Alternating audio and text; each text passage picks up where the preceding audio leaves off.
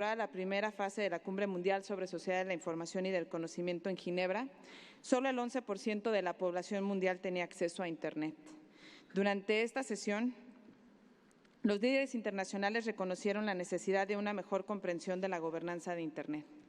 Después, en 2006, se celebró el primer foro de gobernanza de Internet en Atenas. El Internet a nivel mundial contaba con 1.000 millones de usuarios. Hoy en día hay más de 3.000 millones de personas que pueden seguir el flujo de IGF en línea gracias a Internet. El acceso a Internet está creciendo constantemente en todo el mundo. Está transformando la interacción entre el gobierno, los negocios, los ciudadanos y ofreciendo nuevas formas de abordar los desafíos del desarrollo. Hemos entrado a la sociedad del conocimiento, pero todavía hay más gente desconectada. Las Naciones Unidas han incluido el acceso universal a Internet en los Objetivos de Desarrollo Sostenible de la Agenda para el Desarrollo Sostenible 2030, que tienen como objetivo colectivo acabar con todas las formas de pobreza, promover la salud y la educación, combatir las desigualdades y combatir el cambio climático.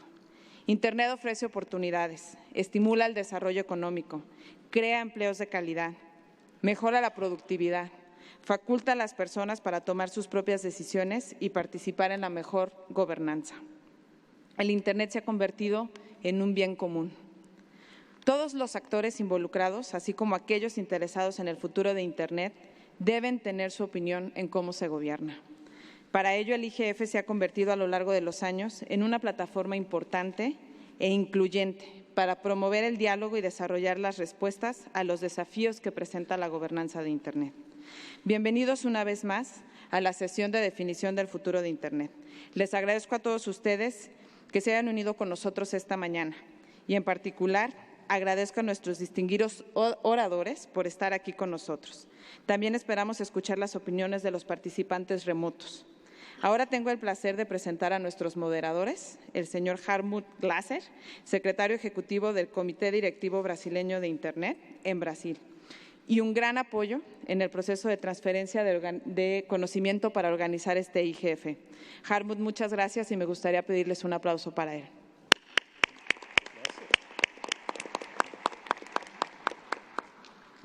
También estará apoyándonos en la moderación de esta sesión principal Tiago Tavares, fundador y presidente de SaferNet Brasil, y Natalia Chatuk Patricio, asesora técnica de CGI Brasil. El piso es todo suyo. Declaro formalmente iniciada esta sesión principal. Muchas gracias. Muchísimas gracias, Yolanda. Thank you very much, Madam Chair, for this opportunity to have the floor to say some background words to introduce this main session. Last year, during the IGF in João Pessoa, the Brazilian Internet Steering Committee, CGI-BR, and Internet Society, ISOC, launched together an initiative called LAC Youth at IGF and selected 127 Latin American youths for a capacity building program on Internet governance issues. After a rigorous selection process, 73 youths were selected to travel to João Pessoa and attend the IGF for the first time. The huge participation of the young people during the last IGF was an innovation widely recognized by all stakeholders. This year, the Youth at IGF program became global. CGI-BR and ISOC received together more than 800 applications from all over the world.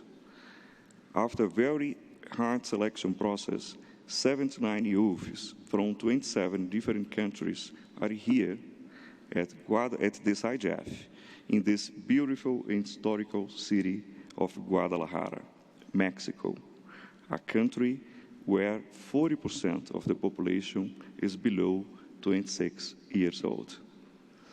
This main session was designed to provoke a conversation between different generations about the state of the art of the Internet ecosystem, exploring the different generational perspectives of pioneers and youngsters, newcomers, and young leaders will have the opportunity to discuss with the historical Internet actors 5 policy questions, as detailed on the screen.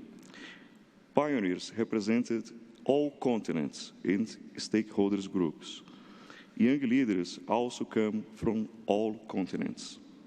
Each question will be addressed by one pioneer and one young leader.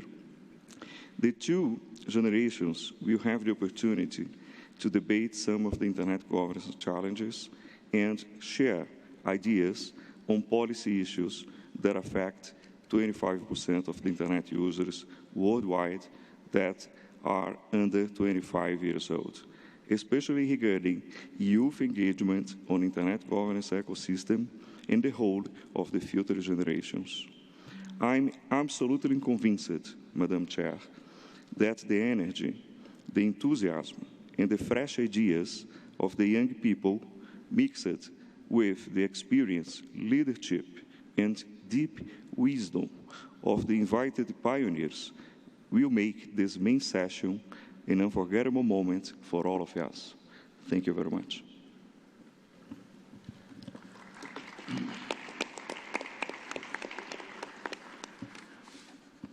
In short words, the goals of this panel is to enable the dialogue between younger generations, newcomers, and historical Internet stakeholders.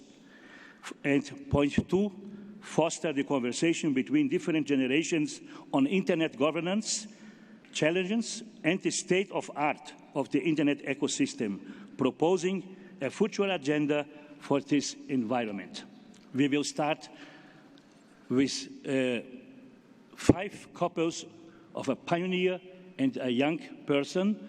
Every one of them will receive 1 question, and they will have 10 minutes together to discuss between them, and later we will ask the audience for participation. I will start with number 1. Windsurf is one of the fathers of the Internet, sharing his title with TCP/IP co-inventor Rob Kahn. Among other things, Surf was manager for the United States Defense Advanced Research Projects Agency, known as DARPA, funding various groups to develop TCP/IP technology.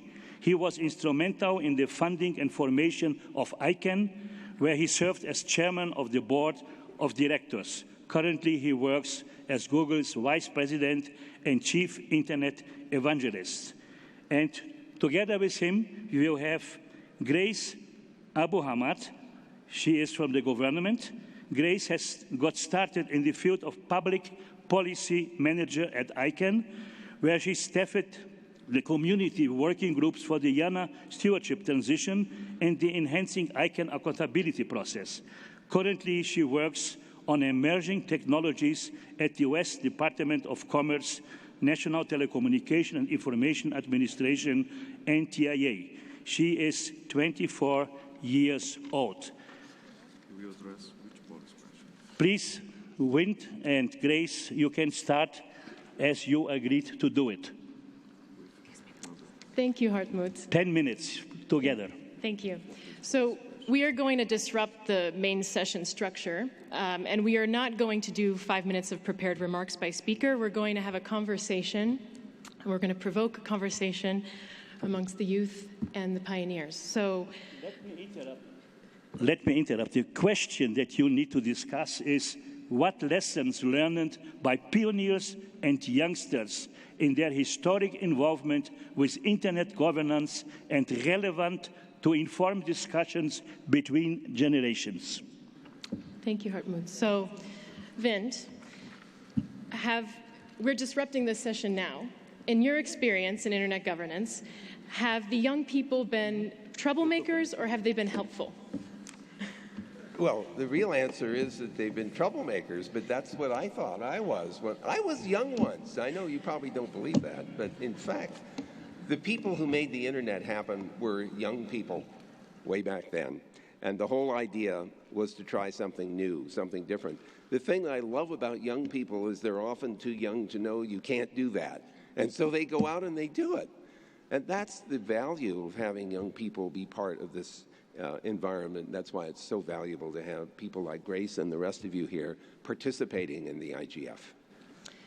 So Vint, one of the things that I studied history in school, and I was very excited when I found out that the internet was what you consider living history, right? It's something that has been invented in our lifetime and that you can talk to the people who invented it. And so one of the big lessons I learned in getting involved in internet governance was that you have to know the history, and it's something accessible, and you can learn from the history in these governance processes. What were some of the big inflection points in the history, and how do they affect what you see as maybe future inflection points today? Well, probably the most important inflection points come when something actually works. And so there were periods of time as the internet was evolving where we were testing our ability to connect multiple nets together. November 22nd, 1977, the first 3-network test was successful with mobile vans, satellite-based networks, and the pre-existing ARPANET. So that's a big one. The next big one, I mean, there are many, but the next big thing for me comes around 1983 when we actually turned the internet on. Then comes 1988 when I realized we have to turn this into a commercial activity so that it will be self-supporting. Otherwise, the general public will never get access to it. And my colleagues said, "Are you out of your mind? Why would you let the great unwashed hoi polloi have access to our sandbox?" And my response was, we want them to be part of the sandbox. And so there are many other milestones that we could talk about, but probably the most important one with regard to IGF is the recent transition of ICANN from a contractual relationship with NTIA, where you work, Grace, to an independent arrangement where the multi-stakeholder model is fully in charge of the operation. So those are some big milestones, and there are some young people who were involved in making that happen. So, Vint, one of the other things in lessons learned on the internet governance processes is that we've come up with these stakeholder categories. We have the technical community, the government, civil society, the business sector. And maybe for involving youth, these are not the best categories. We don't have very many examples of young government stakeholders who are attending conferences like these and have the ability to engage. We sometimes may be pigeonholing young people into categories too early. When I worked at ICANN, I was considered maybe technical community, and now that I work in the government, I'm considered government. And as a young person, maybe that's a normal movement, and maybe we shouldn't be asking young people to structure themselves within stakeholder groups, or should we? So don't you like this fresh new thinking? I actually would draw attention to the Internet Engineering Task Force. First of all, you can't join. All you can do is show up. And if your ideas get traction, then they'll proceed. If they don't, they won't. Second, there are 100 working groups that are going on all at the same time at IETF. If you go to an ICANN meeting, you see a lot of activity along those lines as well, but they are often structured exactly as Grace says, around particular stakeholder groups. In the case of the IETF, you go to the working group you're interested in that you think you can contribute to. I kind of like that idea, and I would even argue that we should take your point and try some experiments. Instead of pigeonholing people into particular functions and categories, why don't we take problems and organize a multi-stakeholder discussion around the problem and see what everybody... That's what multi-stakeholderism is supposed to be about. So, having categories is a form of ontology. I hate ontology. What happens is you argue about the definition of things. I'm much more interested in solving problems. So let's try that experiment. That's our next disruption. You got another one? So we often talk, well, you're quoted saying that the internet is a lab experiment that escaped the lab. And, I guess we have the opportunity, like I said earlier, to talk to you about the future of internet governance. Do you think that the pioneers have it right? Do you think the vision, are there times where you've questioned whether or not some of these processes that you've been involved in have gone the right way? Or could there have been another option? Well, the egotistical answer is, we got it exactly right. Everything is happening as we predicted. In fact, in about 15 minutes, well, no, I won't tell you. I'll let you be surprised. Now, in fact, we probably didn't get everything right. I'm sure we didn't. On the other hand, when you're trying something new and unpredictable, you can't be sure what's right and what's wrong. That's why IGF is so important. It's also why it's so important to have young people be part of this. You know, sometimes I think this is like a one-room schoolhouse, you know, where we have all the grades in the same room, and depending on your skill in mathematics or reading or writing or something, you end up in a different group depending on your capability to contribute and to learn. I think that we shouldn't be thinking about generations at all. I think we should be thinking about this collection of people with skills and experience of various kinds, all trying to tackle different problems. We didn't get it perfect. You won't get it perfect either, but it's okay, as long as you learn from the mistakes that you make. And so there was another comment about history. You know that expression? People who don't know history are condemned to repeat it.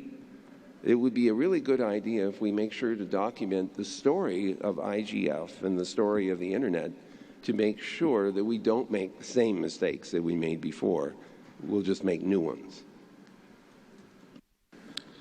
Thanks, Vince. So I think one of the big points that we would like to share with the audience is the sort of the value of the historical context in these moments. But one of the other ones that I've been thinking about is how you can't necessarily have policy-neutral technologies or policy-neutral design. And one of the reasons we like the multi-stakeholder model, one of the reasons we want to get more young people involved and people across generations is because as we're designing technologies, they're infused with a certain ideology or policy, and we can't necessarily separate the two. Do you agree with that as a lesson in that sense, or do you have another perspective on that? No, I think I agree with that. Let me give you a metaphor. It's often thought that the generals are always preparing to fight the last war when they should be trying to figure out what's the next one going to be like. I'm sorry to bring this sort of military analogy to the table, but it's very close to what you're saying. What should be happening is that we should be trying to look forward, avoid the mistakes of the past, but try to anticipate what the needs of the future will be. And the young people who are living in this environment much more intensely than old folks like me are the ones who are closest to understanding what the good and bad side effects may be. And so your insights are important because you're young. Right, and also possibly the cross-sectoral side, right? So if you're not necessarily a coder or an engineer, you still have good insights to bring to the table as someone who is a humanist or a sociologist or an anthropologist, et cetera, right? You know, we haven't had any anthropologists that I know of who've been part of the IGF. Maybe we should. I think we would be an interesting group for anthropologists to study in any case. Thank you. Yep, so Hartmut, I think our time is up soon. Our time is up. But we like to value the historical context, and we believe in sort of involving more people of across sectors, across ages, to make sure that we come up with policy designs or technological designs that are infused with good policy. An open dialogue between pioneers and young leaders. Thank you, Vint. Thank you, Grace. Now let us go to question 2. Can we have the slide, please? Question 2 is, what are the perceived challenges, obstacles, and possibilities for meaningful youth engagement, participation, and impact in IG events and related initiatives? And we will have the dialogue between Henriette Esterhuizen. She is the Executive Director of the Association for Progressive Communication, known as APC, an international network of organizations working with information and communication technologies to support social justice and development. And Florian Daniel, he is a 20-year-old student from Austria, where he is working with the local community to set up youth IGFs. Before going to the university, Florian worked for Kaspersky Lab and was engaged within the InSafe network, where he still is part of the Youth Ambassador program. Please Henriette, please, Florian. Floor is yours. Okay. Hi, everybody. So I wanted to start with a rather simple possibility for good youth engagement. Just copy that from Wind. It's the possibility to shape the future, and this we probably going to be for quite some time on planet Earth, and the internet's going to be around probably until we die. That's quite a big possibility, and that's a lot of years where we can attend IGFs and set up projects, and we can do quite a lot, and I think that's a rather easy one. And another one probably, which is a challenge, but also a possibility, is the knowledge part. So my first IGF was last year, and I thought, okay, let's go to Open Forum Icon. It was quite a little bit overwhelming. A lot of abbreviations, I couldn't follow most of the part, but now 1 year later, it seems way easier. So the challenge is get the knowledge and try to understand it, and the possibility is to get an expert in the topic, whatever you like, because there's so many different ones in quite a short time. So yeah, Henriette, maybe you want to chime in here? Thank you, Florian. You know, Hartmut, this is very challenging. You know, some of us pioneers might still think of ourselves as being young. In my country, a pioneer is someone with an ox wagon who ventured into the interior of southern Africa in the 19th century, grabbing land and cattle and causing general destruction. So, I think this is a great topic, and I think it is really actually quite challenging. I think the primary challenge is substance versus process. I think we've made great strides in bringing young people to the IGF, but I feel that still it's about getting them here rather than getting them to actually influence the process. It's almost as the whole modality is to expose them to the event, to have them, to add diversity, in some ways maybe even to make our multi-stakeholder inclusive internet governance processes look a hell of a lot better than they actually are. So I think that's the challenge, is how do we take that, bring people here that represent different views, different experiences, and keep them in the process for the longer term, make sure that their participation is about content, and give them the opportunity to learn, because as Florian just said, it's incredibly overwhelming, and there's a lot of quite arcane and specialized knowledge needed to be effective in this space. So I think we need to keep the same people in the space for long enough so they can make that journey from learning to influence. I think the other challenge is the global-local dynamic. I think if people are already, young people are already involved in some kind of local action or local activity or some social change campaign or in development, they're going to have more focus and more direction when they come to the global space, and they're likely to benefit and influence in a different way. But it can also work the other way around. Florian and I were discussing this. Coming to a global space like this can actually provide the inspiration, the impetus then for someone to go back home and do something interesting. So I think that's an amazing opportunity. And then I think there's also, it overlaps with what I said about substance, but it's also about politics. I think it's important that we don't depoliticize the participation of young people in the IGF. You know, internet governance, it's about policy. It's about different interest groups coming into a policy forum, trying to learn and dialogue, obviously, but also trying to influence outcomes and trends in ways that will serve their sectoral interests. So business does not like to be regulated. Business people will participate in a place like this to try and minimize the legitimacy of increasing regulation. So I think it's important for young people to be aware of that and to be aware of those trends and try and analyze and understand them and assume positions on them as well. So I find that sometimes some of the programs that brings young people to the IGF, they're very generic. They encourage, they orient them towards the content and the topics of the IGF, but not necessarily to the politics and the potential conflicts and interest differences in the IGF. So I can totally agree with all the points, and maybe I can start here with the programs that you mentioned. So I don't know if somebody has an overview how many different youth at IGF projects there are right now, and how many youth participants we have from the different projects right here in the room. Certainly more than 1 or 2.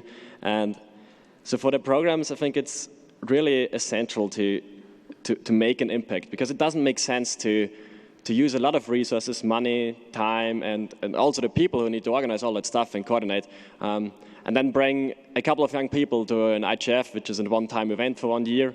And yeah, the young people are there, but they're more like a placeholder. So as we heard before, yeah, it looks all very nice, but it doesn't make an impact.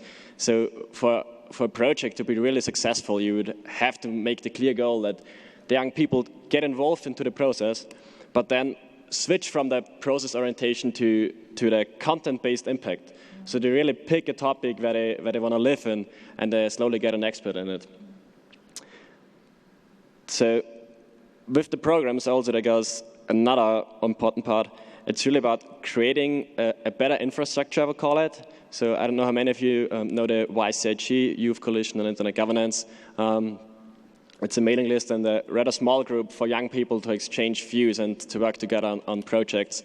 All the other stakeholders, or all stakeholders, usually have quite a big mailing list and a lot of events and stuff that you can do.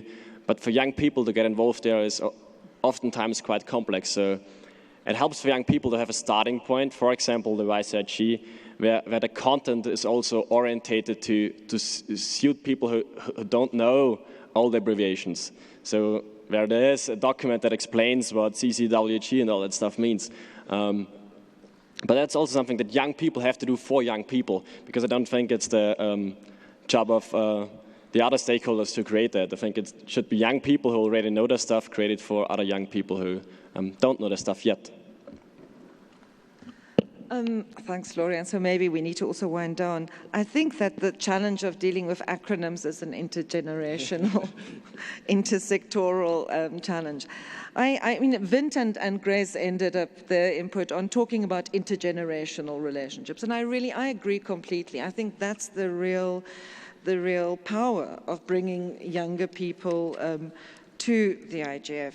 I think it's not about being here as a young person with other young people only. It's about being here as a thinker, or as an activist, or an entrepreneur, or a young civil servant, and about trying to discover what is your agenda, what is it that you want to achieve, what do you want to change, and then finding other people that you can engage with on that journey. And they'll come in all shapes and sizes, from north, south, all ages.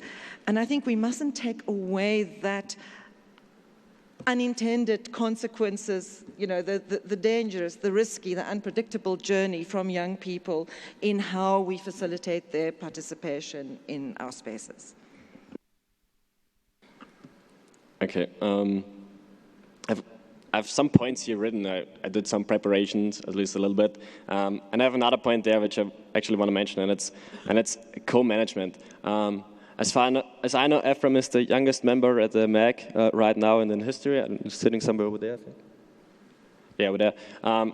So that's also something quite important. It's not only about getting invited to a panel and talk there. It's also about being part of the organization, because you need to evolve around the job, you need to get started, you need to have guidance as a young person, but then as soon as you're ready, you can manage it your own, but then you already should take another young people who don't know how to organize projects. And that's also something where knowledge can be passed on to younger generations, because it would be quite a waste if we wouldn't do that. So I see we have like 50 seconds left. Maybe you want to do a closing remark. Yes, maybe also something I thought of earlier. I think a lot of it relates to the point about history that Vint had made. I think a benefit of getting people involved in this space early on, at the beginning of their careers, is that there's this capacity to learn and then to apply learning. And I think that is immensely valuable. I think there's a lot of discontinuity, particularly among government. Government officials often change, I think, far too quickly. They just kind of begin to get it, and then they they leave. And I think that's a fantastic opportunity as a community for us to have people that are in this community, that stay with it, that learn, that analyze, and understand it from a broader and more diverse perspective, and that can then apply that in the policy-making process over the longer term. Thank you. I'd like to make a small reference to Vince's observation in relation to maintain the history of the internet. I have white hairs and he has a white beard, so we need some help because the history is running. But I can tell you that we have a project and the name is Friends of the IGF. I don't know the exact reason, but CGIBR, we take over this project after some consideration, and we try to put together every workshop of all the former IGFs that we have in the past. All main sessions, all material that is available will be in one archive that will be on a platform available for everyone. So, Vint, no concern, we will have the history, okay? Thank you. An open dialogue between pioneers and young leaders. Question number 3.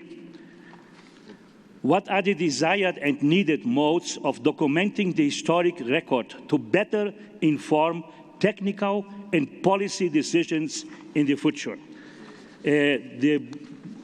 Both who will be discussing, will be in dialogue, will be Professor Hiroshi Hisaki.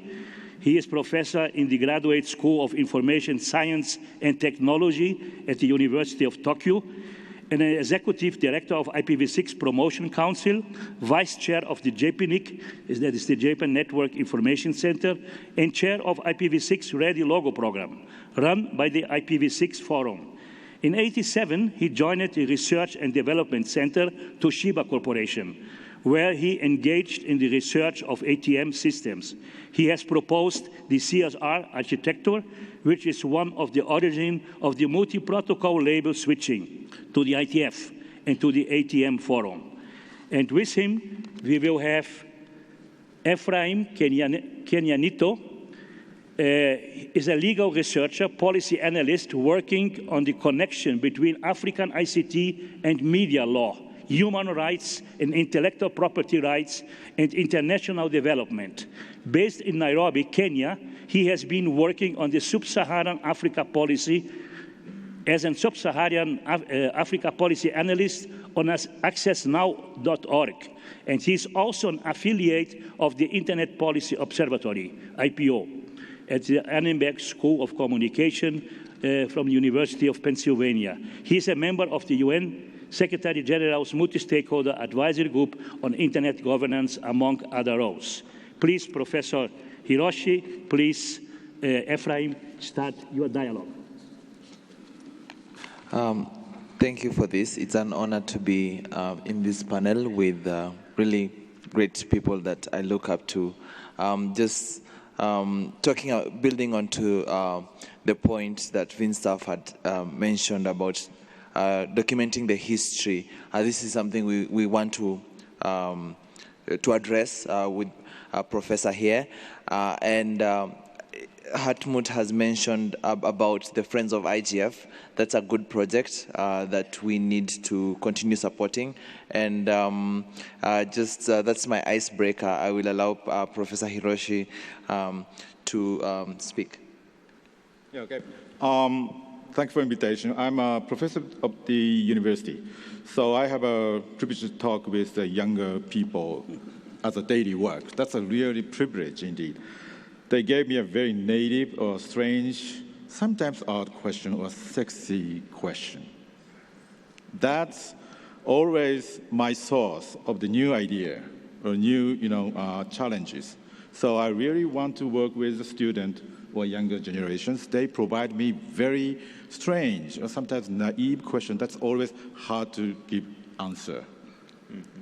If that's a very detailed, technical, or a question, that's going to be easy to answer.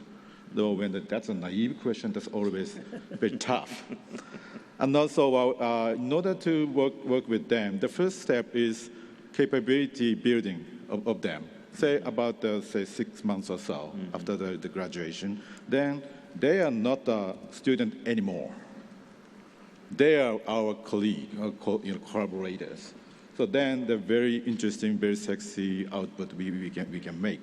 So that would be, the direction we want to create a kind of document looking for the future, how we should do, what the direction, what the shape in the future. And also, at the session of the cybersecurity thing, because of this, a major stakeholder, a lot of persons coming together, there's no common language, common terminologies, or common, issues we want to say, we want to discuss. So that is same as student, same as younger generations. So you may want to have shared common language, very simple document based on the past experiment. For example, when I talk with, Master Bin-Sur, he's a kind of, Master Yoda in the Star Wars.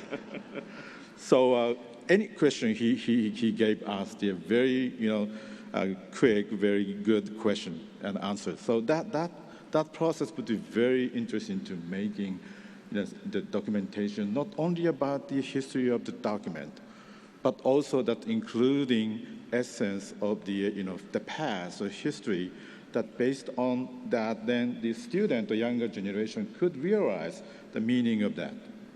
That is the quite important direction when we have the documentation. For example, I may introduce my Bible words example, which is the Japanese very old great person. Economy with ethics moral is sin or crime. Ethics moral without economy is just silly talk. That is the same as the internet. Implementation without theory is trouble. Theory without implementation is silly talk. That always internet is respecting. And then, thank you. This is the slide I want to share with him. Actually, he completely agreed with the point. This is the slide made by the Jim Rai. That is yet another my master, working with long time in Japan. So this is saying that the 90% of the internet or digital economy is supported by the internet infrastructure. Top on that, now we have a lot of, say, fintech, IoT, big data, or artificial intelligence. Those new sexy applications can run over the internet. In other words, without internet, they never work. So we really respecting those infrastructure at the beginning. You or we making those infrastructure. That is the we want to share. I actually spontaneously he agreed with this. This is a quite important thing. Then based on that, we learn history, how Vint or the other person making an infrastructure. In the future, you will made. Could you go into the next slide? That is yet another thing. Sorry, that and it's bottoms up. Yet another meaning of bottoms up. Bottoms up, the basically the other meaning of the top down. This is I always share with Jim.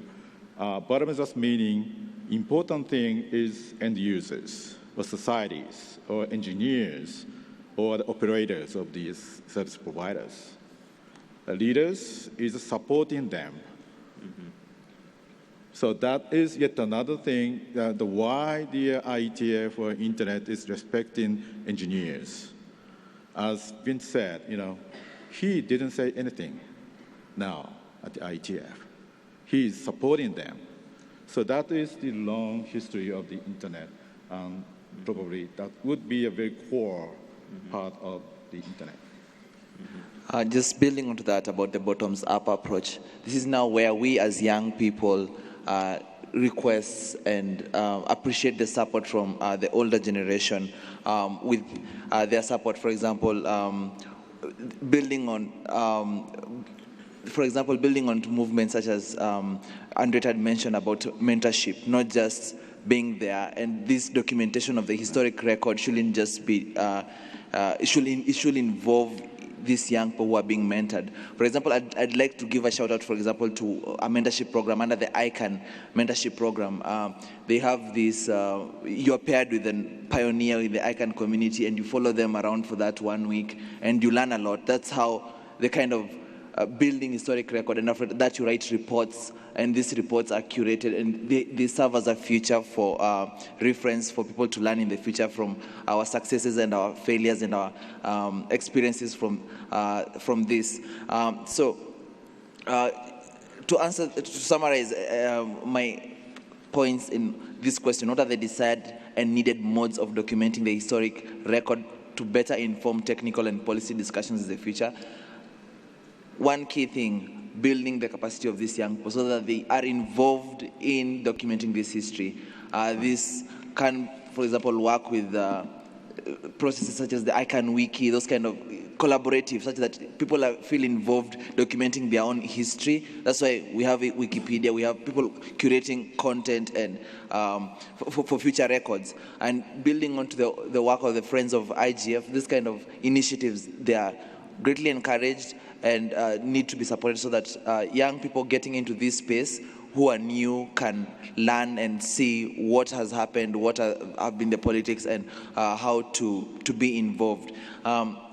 Something else, just to mention, over the last 2 years, being on the MAG with Bianca Ho and Ida, as among the young people there, working on, for example, the IGF ABCs, which is a website to introduce young people to the basics of IGF, the acronyms, and we can't fully document all that, but these are some of the ways in which we're trying to document the history, and over time you can maybe see acronyms evolving or words not being used anymore because the policy discussions have changed. For example, let me give you an example from my daily work, zero rating.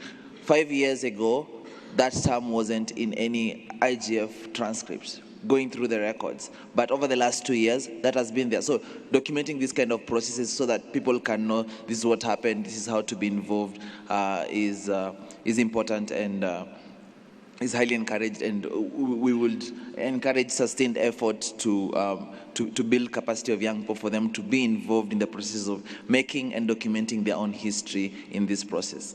Thank you. Also, you be able to sharing those ideas online. That's completely different from the past 10 years. Yeah. So that's very productive, interactive discussion can be done online, of course, without the face-to-face meeting. That is your age, already experienced. So I always, excused by my students, Professor, you cannot use network. Yeah, that is only the new age can do, the new way of collaboration with us. Thank you, Professor Hiroshi Esaki. Thank you, Ephraim. Let's go to question number 4. Can we have the slide? Question number 4 is, what are the desirable modalities of capacity development for the empowerment of future generations to join Internet governance discussions and policy-making process on an equal footing with senior stakeholders? And the dialogue will be between Raúl Echeverría. Raúl Echeverría is Internet Society's Vice President of Global Engagement. Between 1998 and 2002, he was member of the board of directors of NRED, Latin American Network Forum. He was one of the founders of LACNIC, where he served as chairman of the ad hoc board between 2000 and 2002, and later as CEO between 2002 and 2014. And we will have Bianca Ho. She is the Director of International Relations of .Kids Foundation. She started an Internet governance field as a net mission ambassador. Since attending the first IGF, she spearheaded the creation of Youth Internet Governance Forum within the Asian Pacific IGF. She currently serves at the Multi-Stakeholder Advisory Group, the MEC, advocating for enabling youth. She is 26 years old. Raúl, Bianca, the floor is yours. I love how I expose my age right there. You know, it's a dear issue to every woman, but I'm glad I still have that chance to say, oh, I'm under 30 and I feel like a young person right here. So this is a dear issue to my heart. I've been starting my IGF involvement since 19. This is my 6th IGF, although, you know, I sound younger. But yeah, like I've been to quite a few IGFs, and part of what I do and what I feel the best and most important to me is to empower others. And I would like to share a Facebook post by a girl called Jian. She's very active here. And actually, we met a few years ago at the Bali IGF. And she was very reserved. She's Filipino in Hong Kong, which means she's minority. She doesn't really like to speak up then. But now, today, she is part of the Youth at IGF program, which I thought it was an amazing initiative to enable people not only from the Latin America region, also from other parts of the region who are really active in internet governance to participate. So, you know, she posted this picture of us on Facebook at the Facebook event that happened a few days ago, and she said, you know, I didn't know what I did, but she said I helped her to be who she is today. So I think that's really important for, you know, pioneers, or, you know, myself, I'll call myself an older IGF attendee, to do that, you know, because that is part of our community. That's how we bring new people, new voices to this, and how they also feel empowered to talk about the internet. And part of what I think is really important is the equal footing in this question, because young people often feel like they don't have the authority. So, for example, for the IGF ABC, we literally just had a couple people sat together, thought that was important, and then we pulled it off in 1 week. And, you know, we didn't need official approval from anyone, but, you know, we posted on the internet, available for anyone to contribute. And right now, it's still a living document. So last year was the first year. This year, we had Michael, who was really helpful on doing the entire revamp and adding more to the IGF ABC. So it's a living process. So, you know, with that, I would like to talk about, you know, what are the problems I have faced so far attending IGF when I first started, and I would like to ask Rahul how he had kind of like overcame that process and became a pioneer. So one of the things that I struggled earlier was the lack of information on topic, and I totally agree with Henriette where she said, you know, for youth participation, it was quite generic. So I wanted to ask for Rahul and how he kind of came to understand a particular topic and how he expanded that and, you know, became much more involved with that. I thought that would be useful for young people here to kind of know what are the next steps, how do we engage going forward. Thank you, Bianca. I'm sorry because my voice is not as good as it was last Monday. But I think that's you mentioned the youth programs that we have, the one that we run with the Internet Society and partners like CGI Brazil and the government of Mexico this year. There are others very good in Asia too. And I think that the approach is very good because we are not just bringing people to IGF. We bring the people, but we offer a course of 4 weeks before that. We mentor the participants. In fact, I'm a mentor of one of the participants this year. This is something that I like very much. It's one of the things that I do that I enjoy more. And I think this is a way to help very much. It's not just dropping the youth in the middle of the meeting. It's really supporting them to have a meaningful participation. Obviously, the information that we need is much more. Is huge. But some projects like the one that were mentioned are before. But I think that's the right way is just to work together in order to learn about all the things that are needed for being engaged. But one of the things that I will put 2 questions for you, because I think that one of the interesting things in these experiments is that engaging youth is not about engaging the people that is young today. It's about creating virtuous circles. And so I think that you have also a huge responsibility because as been said before, so we all were young. And to be honest, I never realized it when I stopped being young. And this is a key thing because you have to, and you do that, but as how we do as a community, that we continue engaging and involving the youth that are coming behind us. The second point is that I think that this is very boring for youth, to be honest. So it is. I think that the efforts that we are doing are very good, but are not enough, because we are not asking the youth how they would like to be engaged, what would be the format of the meetings or the discussions. So we are inviting the youth to be part of our world about the status quo, and it's not that what we should expect. Somebody say, I think that it wasn't read before, that is how to really get a big influence from them, and this is really an important point. In May, in this year, during the WISIS Forum in Geneva, there was a panel that's where 4 senior people, senior men, and that's like me, for example, and 1 young lady. And when I look to the faces of the guys, and they were not feeling comfortable. so I think that this is something that we have to work all together, how we really create avenues, but for the participation of youth, but where everybody feel equally comfortable. Thanks for the great comments, Rahul. So to answer your question, how do we kind of pass on this knowledge to other people? This is an open call for anyone who's here. You don't really need to be an expert in a particular area, because I think everyone knows something better. I know youth engagement, and then probably you know better on net neutrality or other topics, which I think is more interesting for youth, and they had a different point of view per se, and then it's very valuable to listen to them. And of which, I think it's all stakeholders. Anyone can, just as an example, I go to lunch break, and I often see youth sitting with youth, and then like pioneers sitting with pioneers, and they probably have specific topics that they want to discuss. And I agree, IGF is a very open venue, but I would appreciate, what if, you say, walk to the next table and say hi, and, start engaging with them, and just, sit together. I'm sure they will bring new perspective to what you're discussing, or particular youth is interested in different topics, which helps build the topic understanding of the youth. And, by interacting with them, like Rahul, like all the one who are on the panel here, I've learned a lot about other topics that I don't know. And that also opens up, because they're so new and malleable.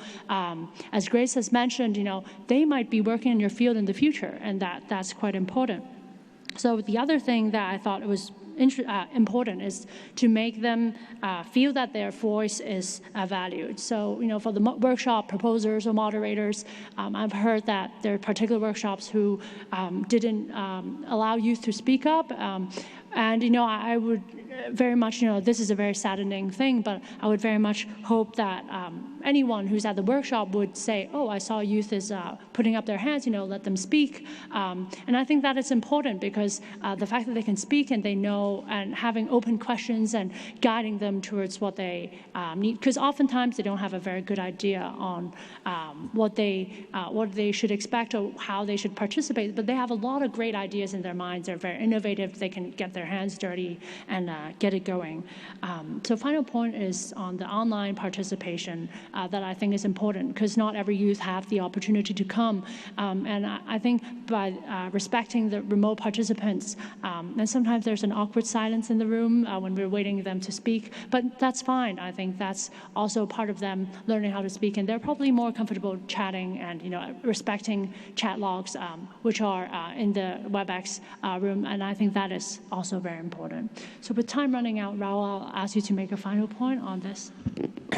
My only ask for you all is that don't try to be politically correct here. We need more disruption, because we have to deal with disruptive things.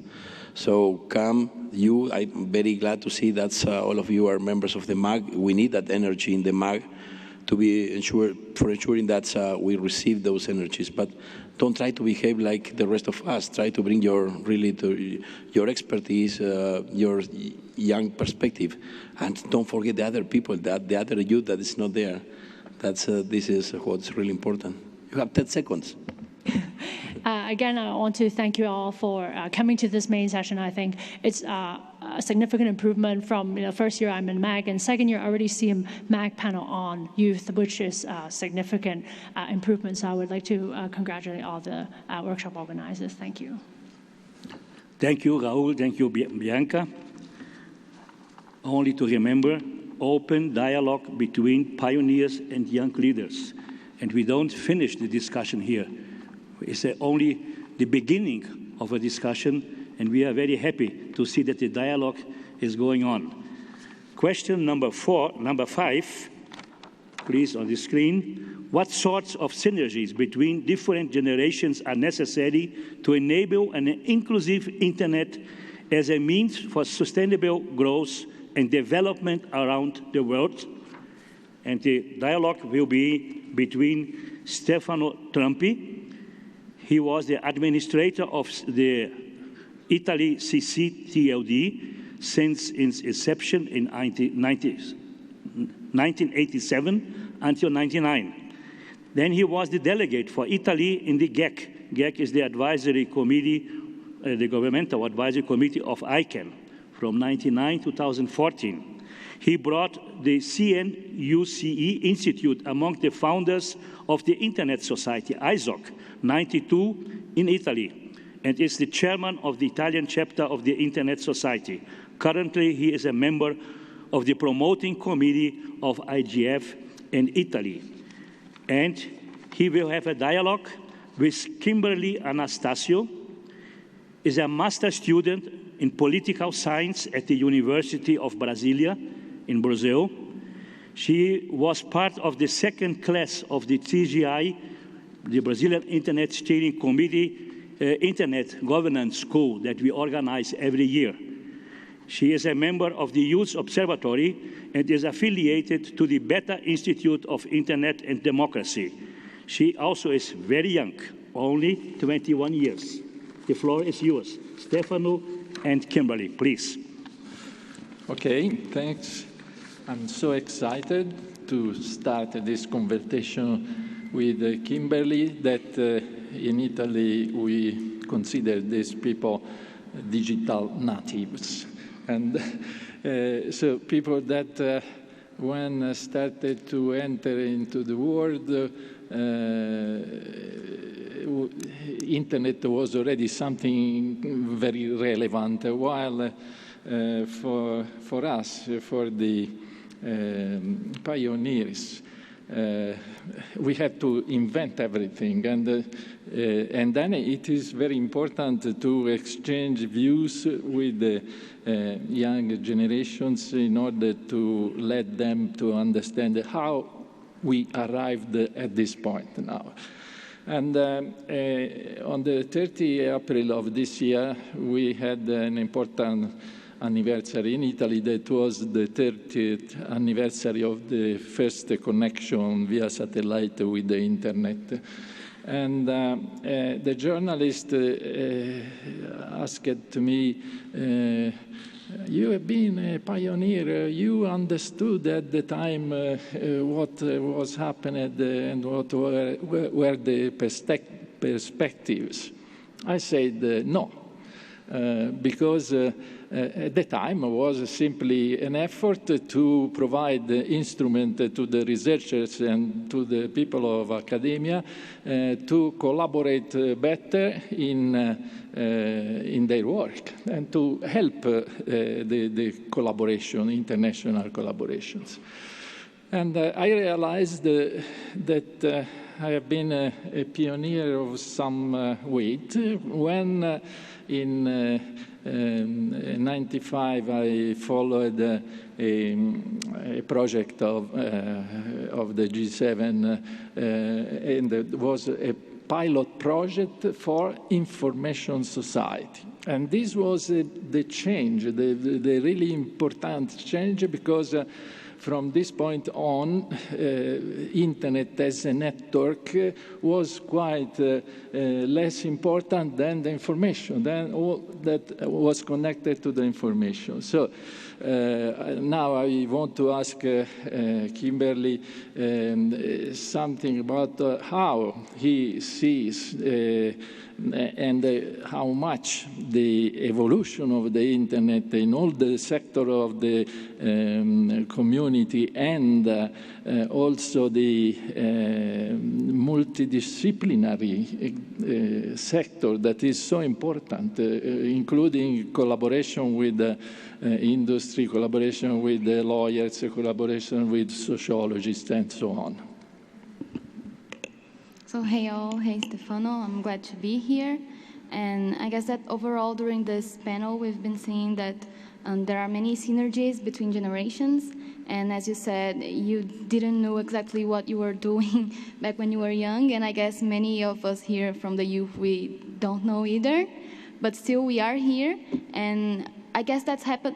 I guess it is important for us to talk about synergies because us from the youth, it's very common for us to stress the differences we have between generations. And I guess this happens because we precisely have to identify who we are and begin to recognize as a group. And this is already very difficult because, as a friend of mine says, Louise says, we represent one youth among many others, so it's quite difficult for us to state exactly what we are. And personally, as you were saying, last year I had no idea I'd be here, and I did not thought I would be working in an organization dealing with internet issues, an issue that I really like. I didn't know I would continue to be welcomed in this environment, and well, here I am. So I see a pattern here since the pioneers said the same, you stated the same. And I guess the difference then seems to be that not only the experience of being young is different, but our whole experience and our perspectives are different. I don't know how you actually feel about it, about the place you are today compared to the one you were in the beginning. Maybe you could talk a bit about it later. But for my part, what I think we need to understand here is where we are and what are our perspectives. Because one thing that caught my attention once I entered the internet governance environment was how easily I could talk to people and that people told me were very, very important. So yes, during the last IGF, I took quite a lot of photos with Windsurf, even though I still wasn't that sure about what exactly he had created. I just knew he was very important. And but as the year followed, I started to see that the internet government environment actually welcomed us. But I also saw that this doesn't mean exactly that everything happened easily or that we are now completely integrated. So right now, I think we can follow the path of many brilliant people like you and Windsurf and so on. We may exchange ideas with you and build collaborative the internet governance environment.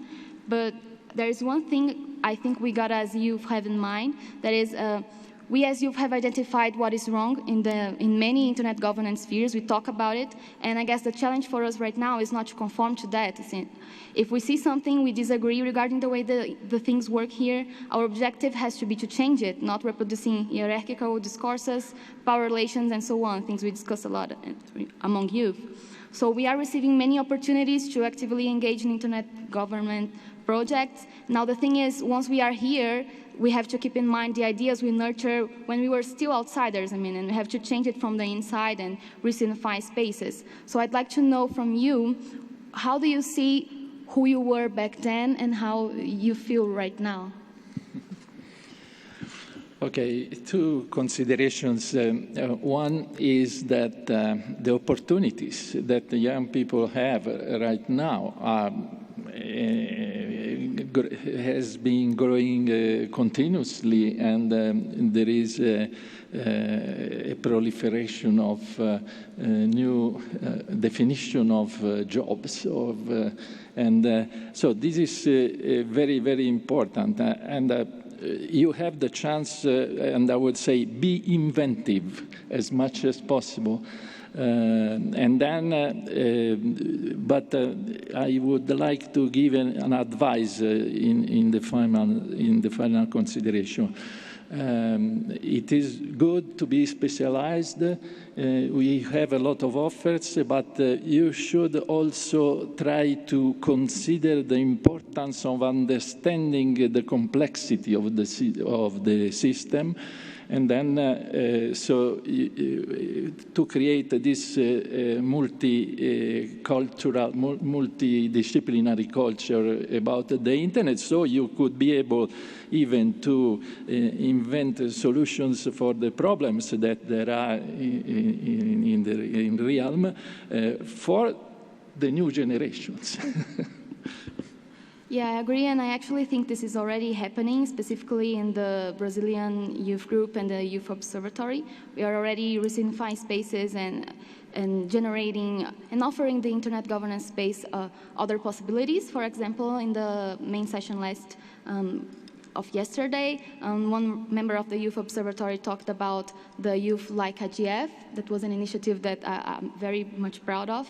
And we from the youth group have already made a statement to help the BPF on gender, writing a young women declaration. And so I guess we are providing solid content in many workshops here during this IGF. We are now, many of us are employed in internet governance organizations and maybe companies, many proposed workshops, many work speakers. So I guess we are already now trying to change the system from inside, and this is a good thing. And I guess this is also very nice because I recognize that many people from the youth group will be in important spots from different stakeholder groups in the future. And for us to be connected right now, once we are still with baby steps moving to these places, it's nice because we create this sense of community that is important. So I would conclude this moment just saying a bit about where we are as the youth. We are here together with the pioneers and other people in this environment because both of us are part of the internet governance model, and because our different perspectives matter, and because we are affecting the internet right now, each of us in our own places, I recognize that, and because we, the youth, will also be the ones to occupy the future spots as well in the future. So now I guess we have the double challenge to include more people, include more young people, to engage in the themes that we like most, but also not conforming to the failed practices we see and not being molded and embedded into what we think is not the ideal and that is not that inclusive and things like that. Okay, very good, this intention. And so I'm from Tuscany, Italy, and I could say have a good renaissance. Thank you. I need to correct my pronunciation, Stefano Trumpi. Before someone asked me if he's related to the new elected president of US. And Kimberly, thank you very much for this dialogue. Now we will change the way that we work. We have a half hour. We have an extension of 15 minutes. Approved by United Nations, by the organizers. We will have interaction with you. 1 minute for one question to one of the pairs. We have half hour, so we can repeat, but please, no discourse, no speeches, clear questions. You have 1 minute, and then you can answer in 1 minute. Who will start? No one. Okay, please, in the front. Mike here.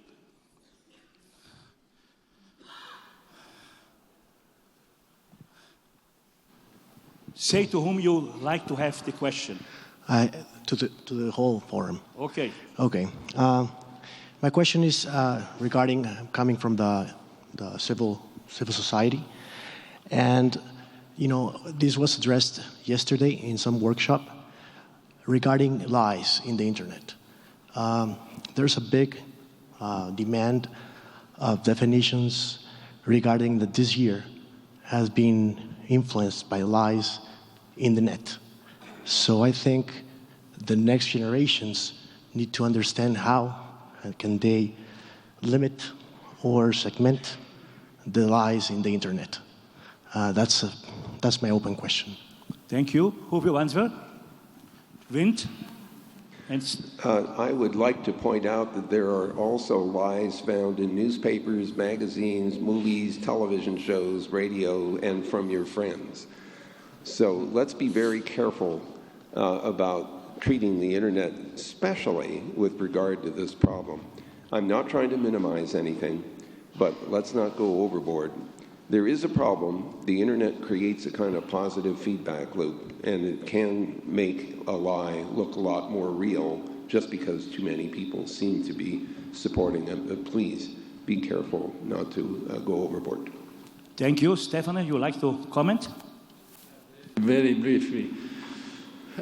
This is a problem that is not a sin of the internet, but is something that is coming from the use of social media and the fact that the traditional media like newspapers and televisions, in any case, when they see some notice that it makes a rumor, let's say, or things like that, they repeat or they expand possibly. And this is in any case some problem that should be addressed. And I know that in Facebook they are studying something, but it will be difficult to have something accepted and that not infringe freedom of expression. Someone from the young? You are not young. You are at the same age as myself. That's your view, Hartmut. Okay, I respect you, please.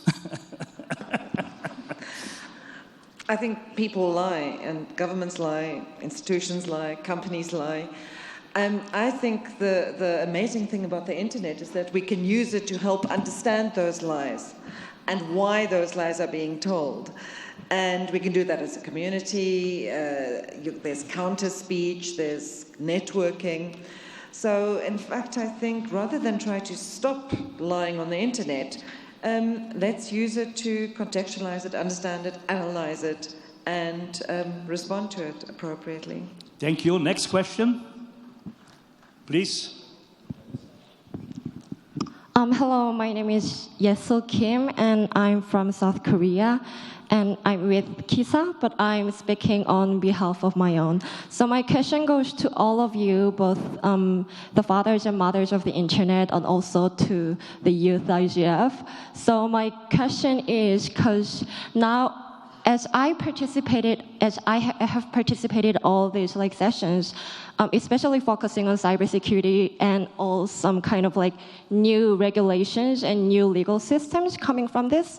So I see some kind of compartmentalization of internet is somehow going on. And I want to know if there is some kind of effort from Youth IGF and all other part of internet to make or keep this internet society open to all. Thank you. Thank you. Who will answer? Who will comment?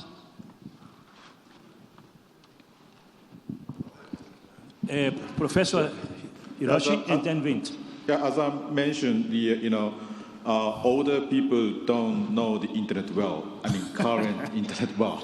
So the younger generation knows well, and also different use the younger generation making. So that kind of practical experience input to the discussion at the IGF is really, really important to realize what is going on in the actual internet. Not only the elder senior person knows about internet. Internet is used by multiple generations, multiple users, so that is important thing. So you will welcome your practical input. Thank you. Vint? Sometimes I hear, old people don't know how to use the internet. And my response is, I have news for you. We invented it. The next question there, please. Good afternoon. My name is Sebastian. I'd like to ask this question to the youth in a personal capacity. Do you feel that your academic careers have prepared you adequately for participation in discussion on internet governance? Or is there a possibility for more education, both at the high school and university level, to help youth get more active and participate in the dialogue? Thank you. Thank you. Two of the young. Let's start with Florian and then Grace. Okay, so right now I'm at university, but before that I did a school for software engineering 5 years. You could expect of a school for software engineering, which is also dealing with the internet quite a lot, to prepare me and to explain what internet governance is. I'm pretty sure I haven't heard the term internet governance in the 5 years of my school ever, so no, they're not preparing at all, at least in Austria, so it's very regional and school or academic based. Grace? Thank you. Yeah, so very good question. I think we had a little bit of this discussion in the Digital Economy and Future of Work session yesterday, but like I said at the beginning of the session, I was a history major and I specialized in Middle East genocide policy and things like that. So I was not involved in the internet stuff until after school. And I often have this conversation with Vint about what do you study if you want to go to graduate school and you want to be in this field? What do you do? What are the topics? I think the interesting thing that came out of the digital economy session yesterday is that we often are pushing people to get the technical skill, which is important, but there also is a space in this community for people who have the soft skills or who are interested in other parts of the policy. And as much as we need people to build the future of the internet and to design it, we also need people to think about how the policies are going to affect the future of the internet and think about the sort of the humanist aspect as well. Nice, thank you. Bianca, yeah, please. Okay, so I have a business degree and I'm in a startup, and that has nothing to do with like internet governance. And sometimes I am in like a paradoxical mode in my mind, because here people talk about rights and all that. In startup, you talk about pace. So I don't think academic background is a good, it's obviously a good platform, but I think in university you actually learn how to learn, not too much specifically on the topic.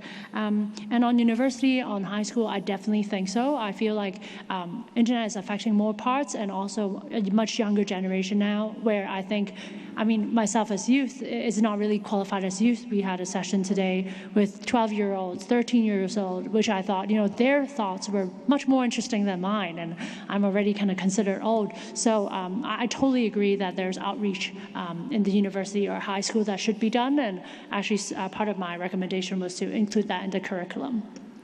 Thank you. It's a question, but before you, we have others. I don't know why the question was only for youth, but I just want to point that for us, also, we were not prepared. Our careers didn't prepare us for doing what we did 20 years ago. But I think that there is something interesting there. When you feel that your university career has not helped you enough, it's surely because you are doing something interesting. Remote participation?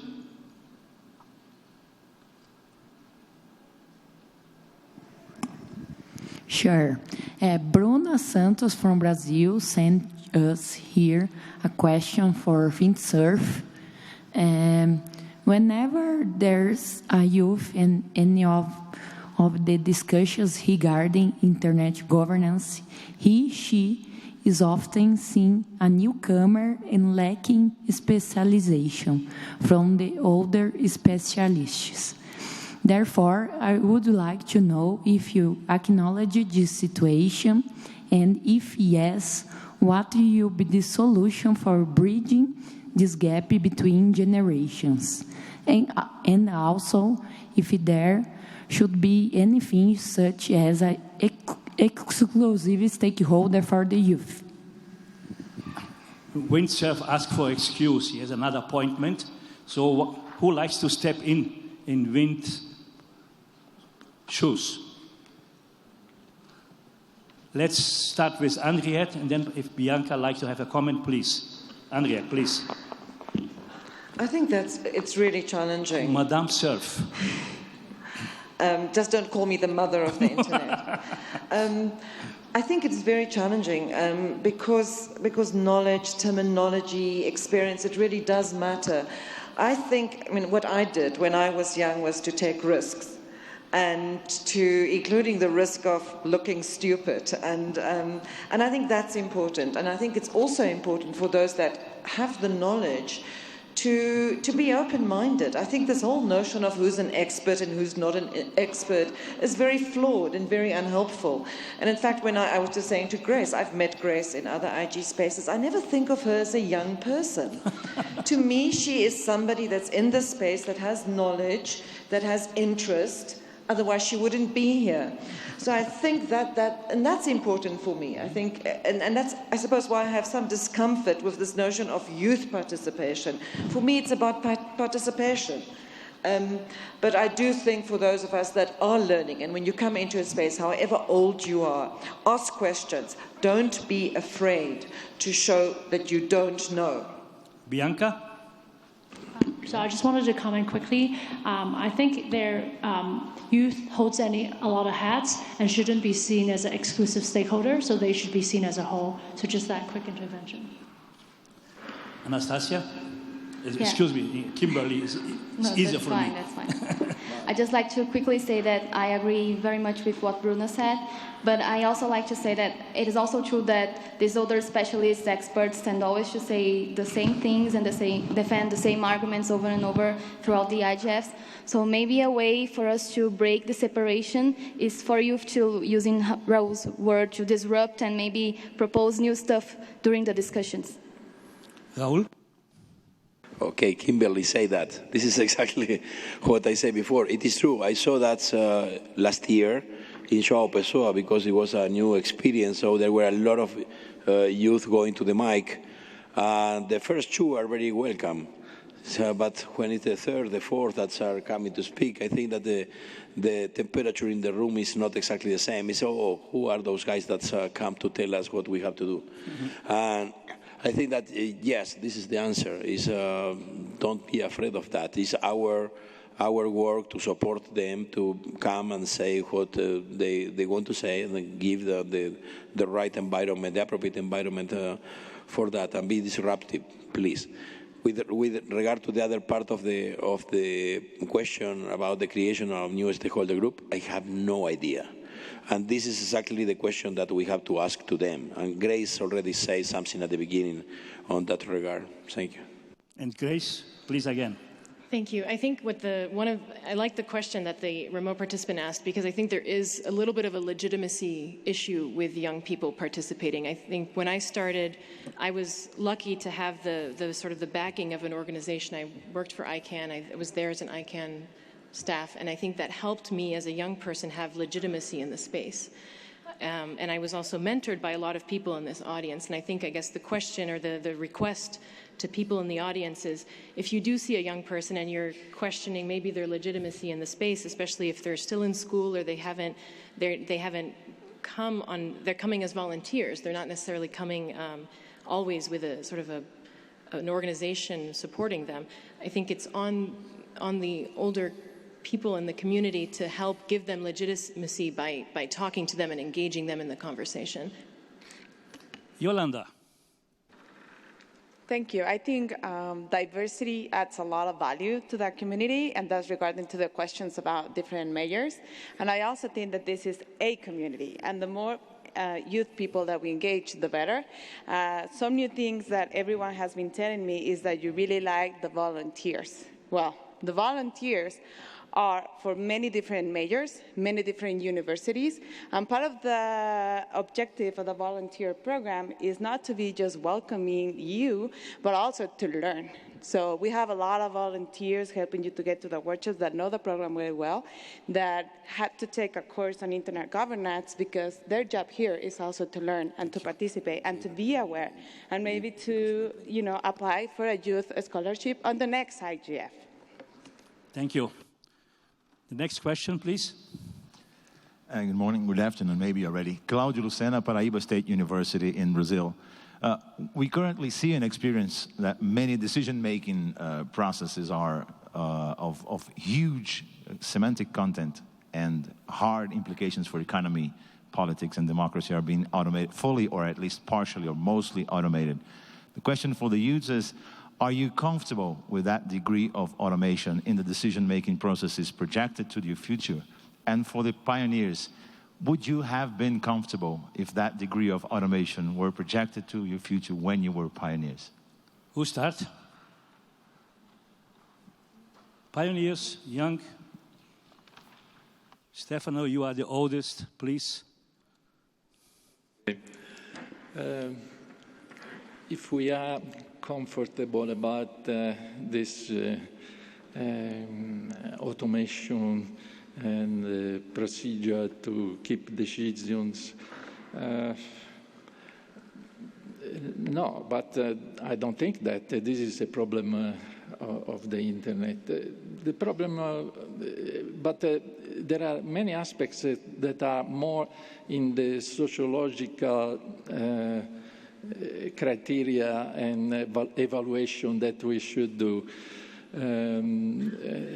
And of course, if there are classes of people that wants to keep advantages and of any sort, then there is also the possibility of making part of movements that try to discuss about this maintaining power or things like that. This is so valid. But even for all the questions that are regarding the public administration in the countries, apart from everywhere in the world, I mean, the automation is something that gives, in any case, some resistance in those that have certain powers, and the network and the democratization may be helped by the internet, although we found also some negative effects on the false information, as it was the first intervention we had here. But this is something that brings to study psychology, sociology, okay, even psychoanalysis. One from the youngs, Grace. So I'll challenge you a little bit, because I don't think the decision-making process is automated yet. If you've been into the multi-stakeholder system, it's like it's a very grueling, long process, and it's very difficult to actually say it's automated. I think one of the advantages of the multi-stakeholder decision-making model, policy-making model, right, is that it's uncomfortable. It makes people uncomfortable. And as long as you keep people uncomfortable, the decisions, the brainstorming, you get an interesting result and something that I think is very valuable. And the advantage, I guess, of being a young person in the space is that we are naturally uncomfortable. We're around all these people who have invented the internet or who've done a lot of things. We're still trying to figure out who we are, and so we're always uncomfortable. And I guess in the multi-stakeholder model, maybe that's an advantage for us, because we're used to the lack of comfort. I like to announce that we will have another half hour from 3 to 3:30. We have a half hour after lunch, so we need to stop now. I see another question is there, but please, from 3 to 3:30, we will have another half hour only for interaction, dialogue with the audience. So please, you are welcome to be back. I like to recognize that this youth program was supported not only by some entity that we mentioned, as the Brazilian Internet Steering Committee and ISOC and the government of Mexico, but we have the full support coming from companies. We have money coming from Intel, from Microsoft, from Verizon, and from Google, and they support the travel and the expenses related to bring this 100 and so on young people this time to Guadalajara, last year to João Pessoa. So we have the support of companies and other entities, and we like to thank you for the support that you are giving to this program. The panel, thank you very much for the way, and the chair has the final word, please. Bueno, como bien lo comentó Hartmut, no se cierra la sesión continúa a las 3 de la tarde, entonces los invitamos a que nos acompañen y a que siga esta participación tan activa. Nos vemos en un ratito. Gracias.